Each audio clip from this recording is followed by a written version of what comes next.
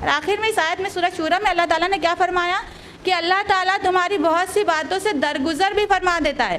مطلب یہ کہ ہمارا جو عمل ہے، جو رویہ ہے، اگر ہر گناہ کی اللہ تعالیٰ ہم کو پکڑ کرنے لگے، ہمارے ہر گناہ کی سزا ہم کو دینے لگے نا، تو ہم دنیا میں سر اٹھانے لائق نہ رہیں. لیکن اللہ تعالیٰ کی یہ رحمت ہے کہ اللہ تعالیٰ ہماری بہت سے گناہوں کی پکڑ نہیں کرتا ہے. پر کیا کہا کہ تمہاری جو مصیبت تم پر آتی ہے وہ تمہارے اپنے گناہوں کی سزا ہوتی ہے. تو جب بھی ہمارے اوپر کوئی مصیبت آئے یا ہمارے اپنوں پر کوئی مصیبت آئے تو ہم اپنا جائزہ لیں، کہیں ہمارے گناہوں کی سزا تو نہیں، کہیں ہم نے کسی کے ساتھ زیادتی تو نہیں کی جس کی وجہ سے اللہ تعالیٰ ہم کو یہ سزا دے رہا ہے. لیکن اس کا مطلب قطعی یہ نہ سمجھ لیں کہ ہم سامنے والے کا جائزہ لینے لگے.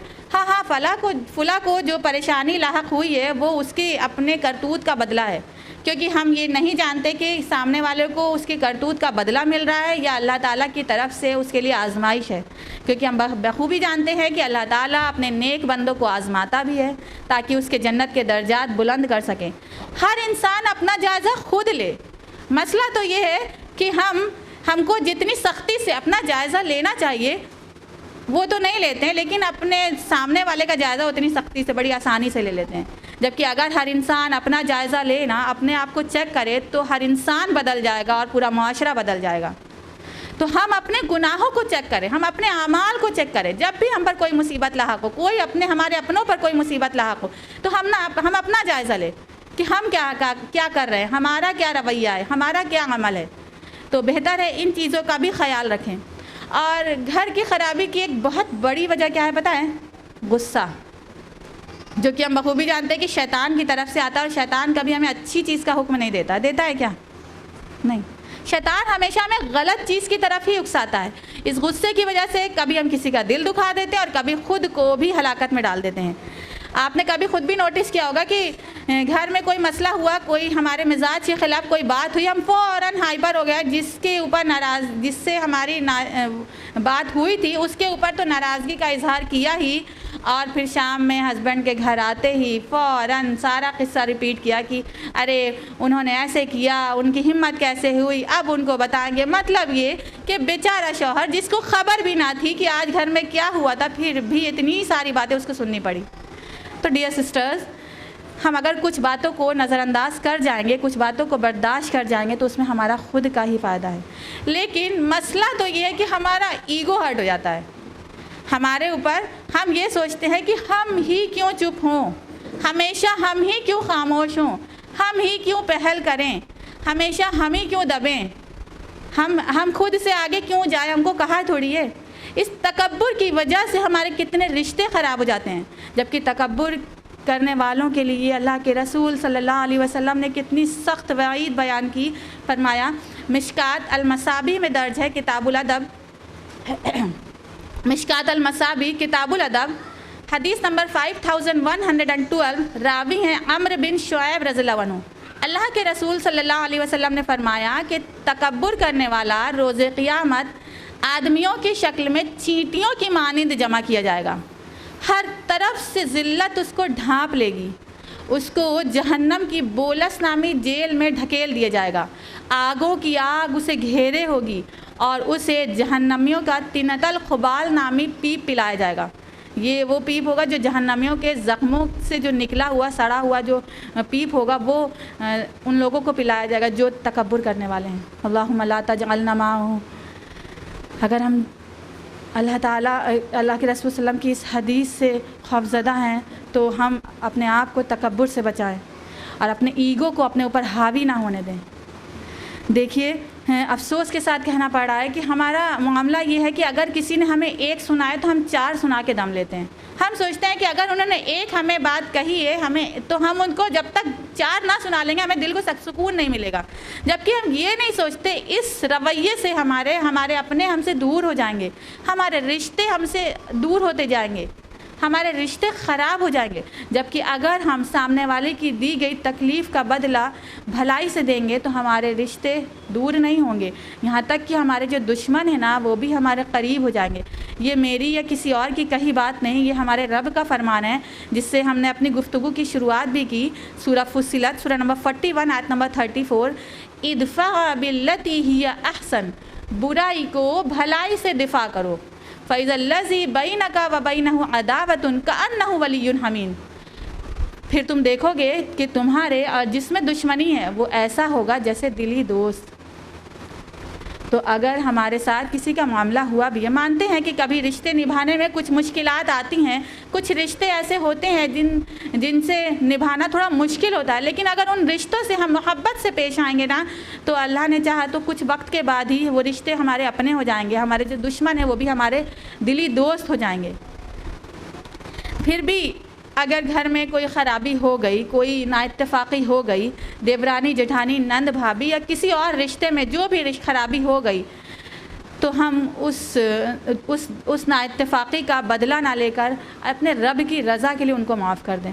کسی نے ہمارا دل دکھا بھی دیا تو اپنے رب کی رضا کے لیے معاف کر دیں، کیونکہ ہم میں سے کون ہے جو یہ دعویٰ کر سکتا ہے کہ یہ گارنٹی دے سکتا ہے کہ ہم سے کوئی گناہ ہی نہیں ہوئے ہیں۔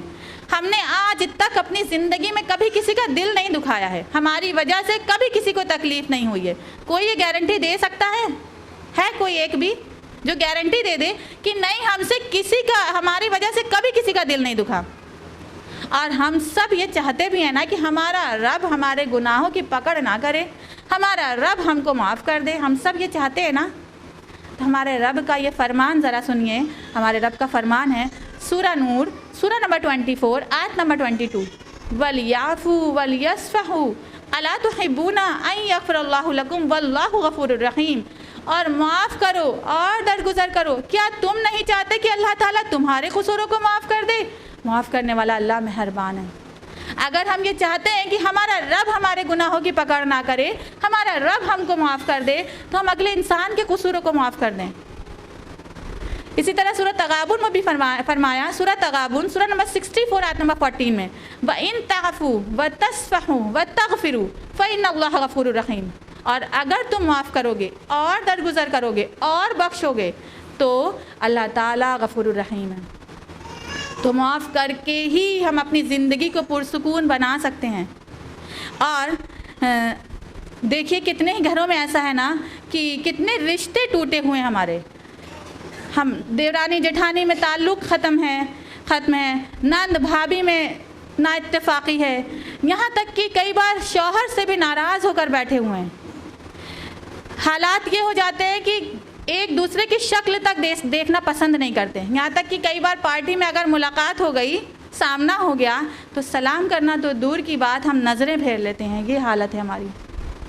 اسی حالت میں نہ جانے کتنے رشتے دنیا سے رخصت ہو جاتے ہیں، ہم ایک دوسرے سے ناراض رہتے ہیں اور ہمارے رشتے ہمارے اس دنیا سے رخصت ہو جاتے ہیں۔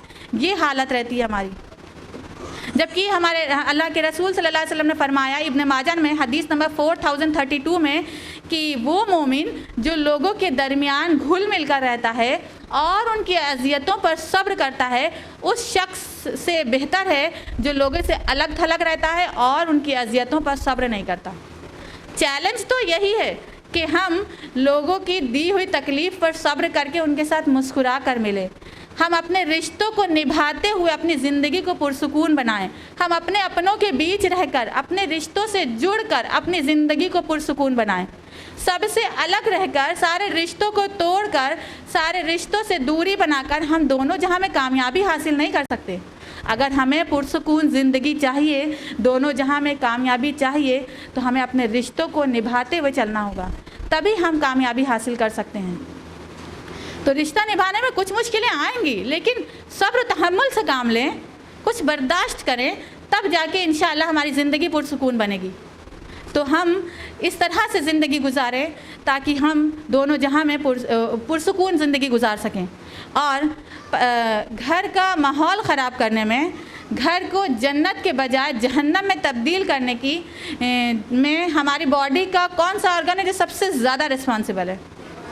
زبان۔ بہت آسانی سے آپ سمجھ گئے، یہ زبان۔ اس زبان کا استعمال بہت سوچ سمجھ کر کیا کریں۔ اس زبان سے نہ ہم کبھی کسی کا دل دکھا دیتے اور کبھی خود کو بھی ہلاکت میں ڈال دیتے ہیں۔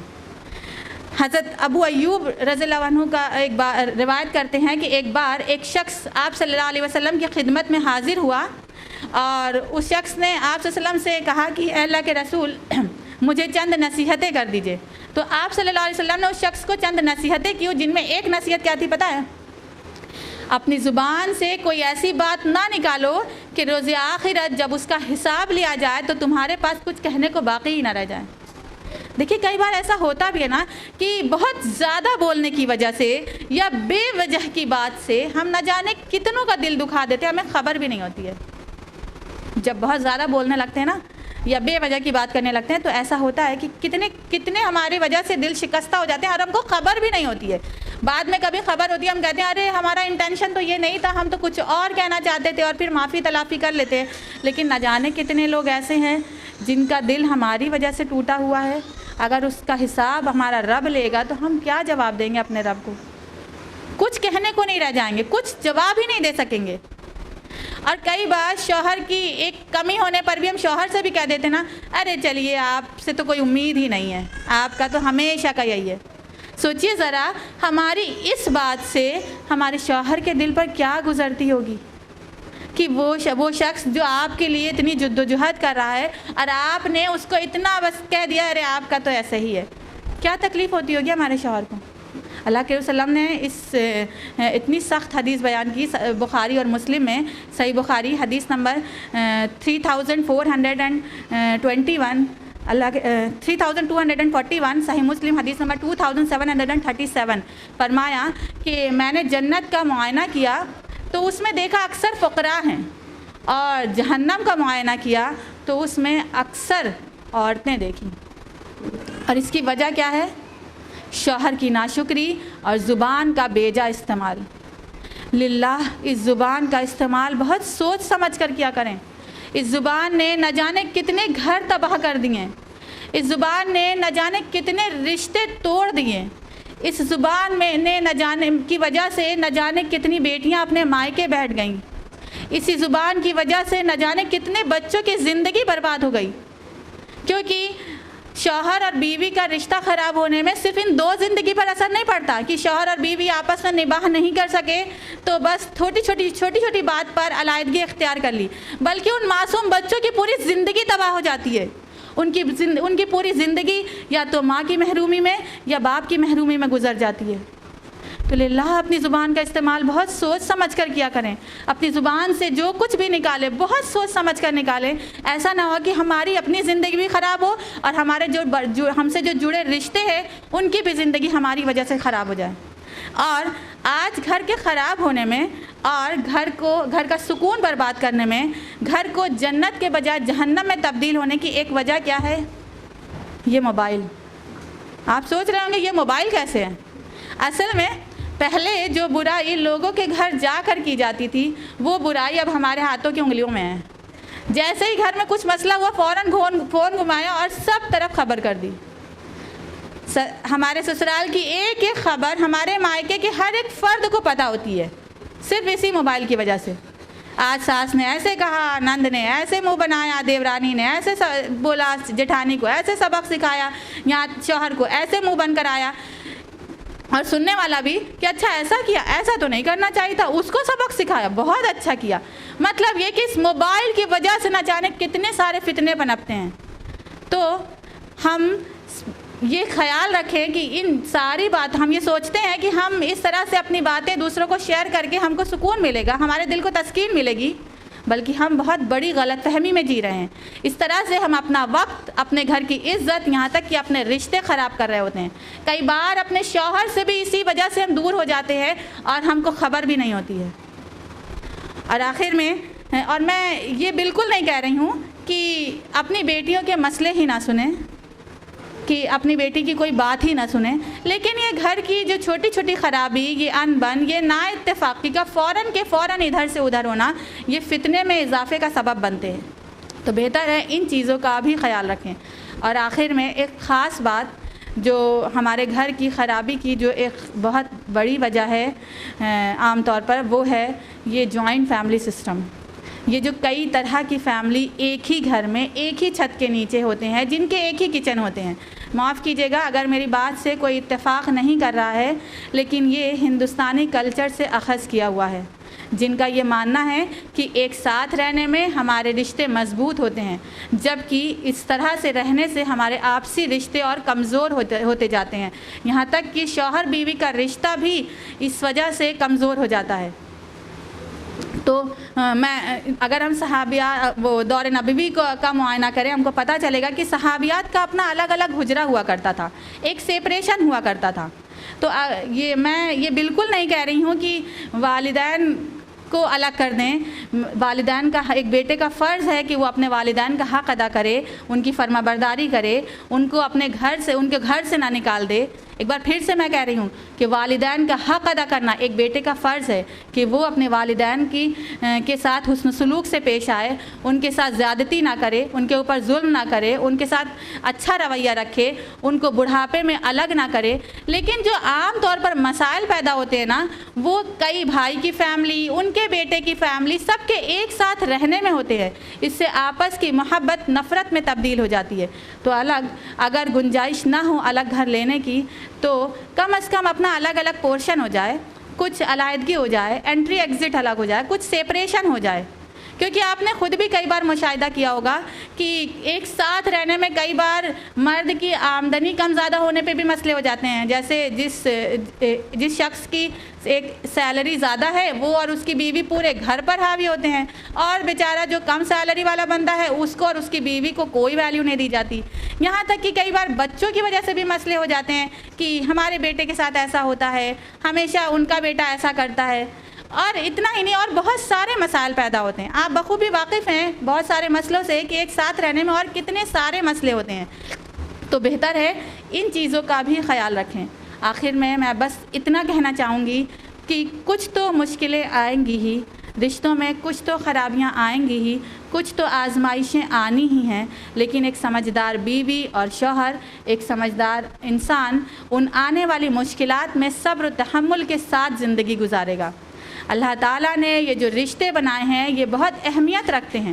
ہمارا یہ جو خونی رشتہ ہے، جو ہمارے بلڈ ریلیشنز ہیں، ان رشتوں کے علاوہ یہ جو ساس اور بہو کا رشتہ بھی ہے نا، یہ بھی بہت پیارا رشتہ ہے۔ بس ان کو نبھانے کا ہنر ہم کو اپنے اندر پیدا کرنا ہوگا۔ یہ دیورانی جیٹھانی نند بھابھی کے رشتے میں بھی محبت پیدا ہو سکتی ہے، یہ بھی بہت پیارا رشتہ ہے، لیکن ضرورت ہے ہمیں اپنے آپ کو بدلنے کی، اپنے اخلاق کو سنوارنے کی۔ ہم ان رشتوں میں آئی تلخیوں کو نظر انداز کر کے اپنے اخلاق کو سنوار کر ان رشتوں میں بھی محبت پیدا کر سکتے ہیں۔ اور شوہر اور بیوی کا رشتہ تو سب سے اہم اور سب سے مکمل رشتہ ہے، یہ رشتہ تو سب سے پیارا ہے۔ تو اس رشتے کو نبھانے میں، اس رشتے کو بھی بہت ہی خوبصورتی سے نبھانے کی ضرورت ہے۔ تو وقت رہتے ہم اپنے رشتوں کی قدر کریں، ایسا نہ ہو کہ ہمارے یہ رشتے ہم سے چھن جائیں اور ہم پھر پچھتائیں۔ تو کچھ تو جو آزمائشیں آ رہی ہیں، ان آزمائشوں میں اپنے آپ کو صبر و تحمل کے ساتھ گزارے، اپنے اخلاق کو سنواریں، اپنا جائزہ لیں، اپنے آپ کو چیک کرتے رہیں۔ ایسا نہ ہو کہ ہمارے یہ رشتے ہم سے چھن جائیں، ہم تنہا رہ جائیں اور پھر ہم پچھتائیں۔ ہم بخوبی جانتے ہیں کہ گھر کو جنت یا جہنم بنانے میں اہم کردار ہم خواتین کا ہی ہوتا ہے۔ تو بہتر ہے ہم اپنی زندگی اس طرح سے گزاریں کہ ہمارے گھر میں ایک خوشنما ماحول بنا رہے۔ میں اپنی گفتگو رب تعالیٰ کے کلام کے ساتھ یہیں پر ختم کرنا چاہوں گی۔ اللہ تعالیٰ کا فرمان ہے سورہ انفال سورہ نمبر 8 آیت نمبر 1 میں، فَاتَّقُوا اللَّهَ وَأَصْلِحُوا ذَاتَ بَيْنِكُمْ، پس تم اللہ کا تقوی اختیار کرو اور اپنے آپسی تعلقات کی اصلاح کرو۔ وَأَطِیعُوا اللَّهَ وَرَسُولَهُ إِن كُنتُم مُؤْمِنِینَ، اور اللہ اور اس کے رسول کی اطاعت کرو اگر تم ایمان والے ہو۔ اللہ تعالیٰ سے دعا ہے کہ اللہ تعالیٰ ہم کو وہ بیوی یا وہ خاتون بنائے جو اپنے گھر کو امن کا گھر، خوشگوار گھر، ایک بہت ہی پرسکون گھر بنانے والی بنائے۔ ربنا تقبل منا انک انت التواب الرحیم، وآخر دعوانا ان الحمد للہ رب العالمین، والسلام علیکم ورحمۃ اللہ وبرکاتہ۔ جزاک اللہ خیرا کثیرا۔ اللہ تعالیٰ آپ کی کوششوں کو قبول کرے، اللہ تعالیٰ آپ کو اس پر عمل پیرا کرے، اور ساتھ ہی ساتھ ہم سب کو بھی باعمل بنائے، آمین۔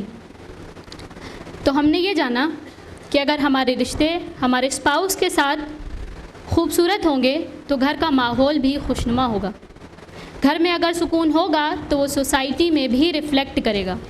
تو ہمیں چاہیے کہ ہم اپنے قیمتی رشتوں کو تھام کر رکھیں، جوڑ کر رکھیں، محض بدگمانی اور نا اتفاقی کی بنا پہ اللہ کی نعمتوں سے منہ نہ موڑیں، بلکہ ہم اپنی مصروفیات سے وقت نکال کر اپنے ٹوٹے ہوئے رشتوں کو جوڑ لیں انشاءاللہ۔ may Allah help us with this۔ اللہ تعالیٰ ہماری مدد کرے کہ ہم اپنے رشتوں میں توازن یعنی کہ بیلنس بنا کر چلیں اور ایک دوسروں کے درمیان انصاف سے کام لیں اور ہر لمحے اپنے اخلاق کو سنوارنے کی کوشش کریں. آمین. اللہ تعالیٰ ہمیں توفیق دے کہ ہم ان رشتوں کو نعمت سمجھیں اور وقت رہتے ان کی قدر کریں. آمین. لیکن سب سے پہلے let's be grateful to our رب جس نے ہم لوگوں کو ان نعمتوں ان رشتوں سے نوازا. اللہ تعالیٰ ہمیں ہدایت دے اور غور و فکر کرنے کی توفیق دے کہ ہم آج سے بلکہ ابھی سے اللہ کی نعمتوں کا شکر ادا کرنے لگ جائیں اور ہم اپنی تمام عمر اللہ کی شکر گزار بندی بننے کی کوشش کریں. آمین. اسی کے ساتھ میں مشکور ہوں آپ سبھی خواتین کا کہ آپ سب اپنی مصروفیات سے وقت نکال کر یہاں پر آئیں اور ہمارے پروگرام کو کامیاب بنایا. تو میں اپنے پروگرام کا اختتام کرتی ہوں. سبحان اللہ و بحمدہ سبحانک اللہم و بحمدک نشہد ان لا الہ الا انت نستغفرک و نتوب الیک. جزاکم اللہ خیرا کثیرا. والسلام علیکم ورحمۃ اللہ وبرکاتہ.